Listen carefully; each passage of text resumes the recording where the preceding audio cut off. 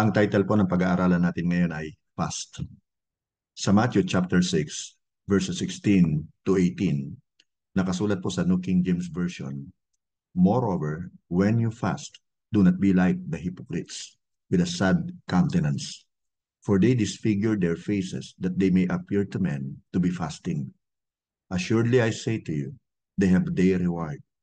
But you, when you fast, anoint your head and wash your face, so that you do not appear to men to be fasting, but to your Father who is in the secret place. And your Father who sits in secret will reward you openly." Sa mga verses po na ito ay tinuturo ni Jesus ang tungkol sa fasting. Ang interesting po dito ay kung paano niya ginamit ang salitang when. Sinabi ni Jesus sa verse 16, "When you fast." At ganun uli ang sinabi niya sa verse 17, "When you fast." Hindi niya po sinabing if you fast or kung mag-aayuno ka. Ang sinabi niya ay when you fast o kapag mag-aayuno ka. Maliwanag na inaasahan po ni Jesus na ang kanyang mga disciples ay nagfa-fast. Katulad din po ito ng sinabi ni Jesus sa Book of Matthew chapter 6 verse 2a at saka sa 3a, "When you give to the needy." At sa Matthew chapter 6 verse 5a, 6a, 7a, "When you pray." At pagkatapos ay sinabi ni Jesus, "When you fast." So, sa buhay Kristiyano, ang fasting ay kasing basic ng pagbibigay sa mga nangangailangan at pagpipray sa ating Diyos Ama. Tanong, sa iyong Christian life, nagpe-pray ka ba? Nagkakaloob ka ba?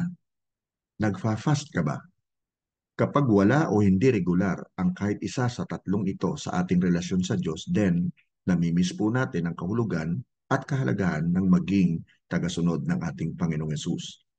Naniniwala po ako na kung paanong maraming Christians ang hindi regular na nagpipray at nagbibigay sa mga nangangailangan, mas marami pa ang mga Christians ang hindi nagfa-fast o hindi regular na nagfa-fast. So ang tanong, what is the biblical definition of fast? In the Old Testament, the main Hebrew word used is chom, which means to abstain from food. In the New Testament, the Greek word we translate as fast is nesteo, which means to abstain from eating. In both testaments, fasting is simply going without food in order to seek God for some special reason. So kapag sinabi nating fast, marami tayong pwedeng pag-usapan tungkol dito. Ngunit sa pagkakataon pong ito, pag-uukulan natin ng pansin ang acronym ng salitang fast. So, how to fast? Letter F stands for focus on God. Huwag kang mag-fast para mapansin ng iba. Gawin mong pagpa-fast dahil gusto mo pang mas makilala ang Diyos, mas mapalapit sa Kanya, at mas masamba mo pa siya sa buhay mo. Kapag sa Diyos ka nakafocus sa iyong fasting, then you can start feasting on God. And of course, kasama na po rito ang kanyang reward. Sa Matthew chapter 6 verse 18b, nakasulat po, "Your Father who sits in secret will reward you openly." So yung F means focus on God. Now, yung A naman is abstain from food. Nangangahulugan po ito na iwasan mo ang pagkain, na mag-set ka ng time na hindi ka kakain. Kung nagsisimula ka pa lang, mag-fast kahit isang meal lang. Kung medyo sanay ka na, pwede mong gawin isang araw o higit pa. Pwede kang uminom ng tubig, huwag juice or anything na may sugar.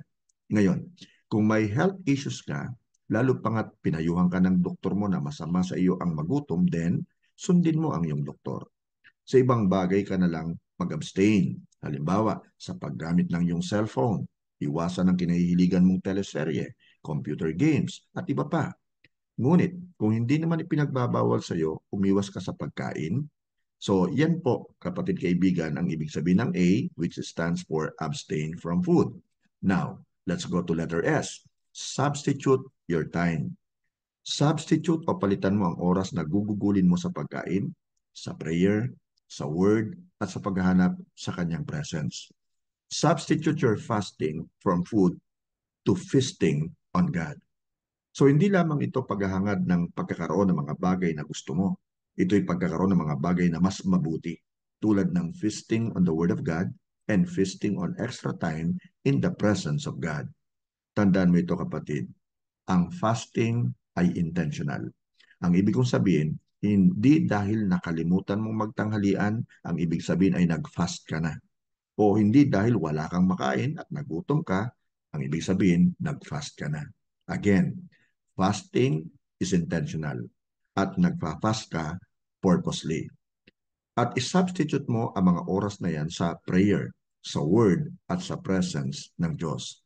Now, so how to fast? F stands for focus on God. A, abstain from food. S, substitute your time. Now, letter T, taste and see that the Lord is good. Ito po yung mga katagang sinabi ni David sa Book of Psalm, chapter 34, verse 8. Oh, taste and see that the Lord is good. Blessed is the man who trusts in Him. Ang buong punto ng fasting ay ang sabing, Panginoon, ikaw ang higit na kailangan ko. Mas masarap ang makasama ka. Mas masarap ka kaysa sa adobo o menudo. Mas masarap ka kaysa sa bulalo o goto. Mas masarap ka kaysa sa lechon at kaldereta.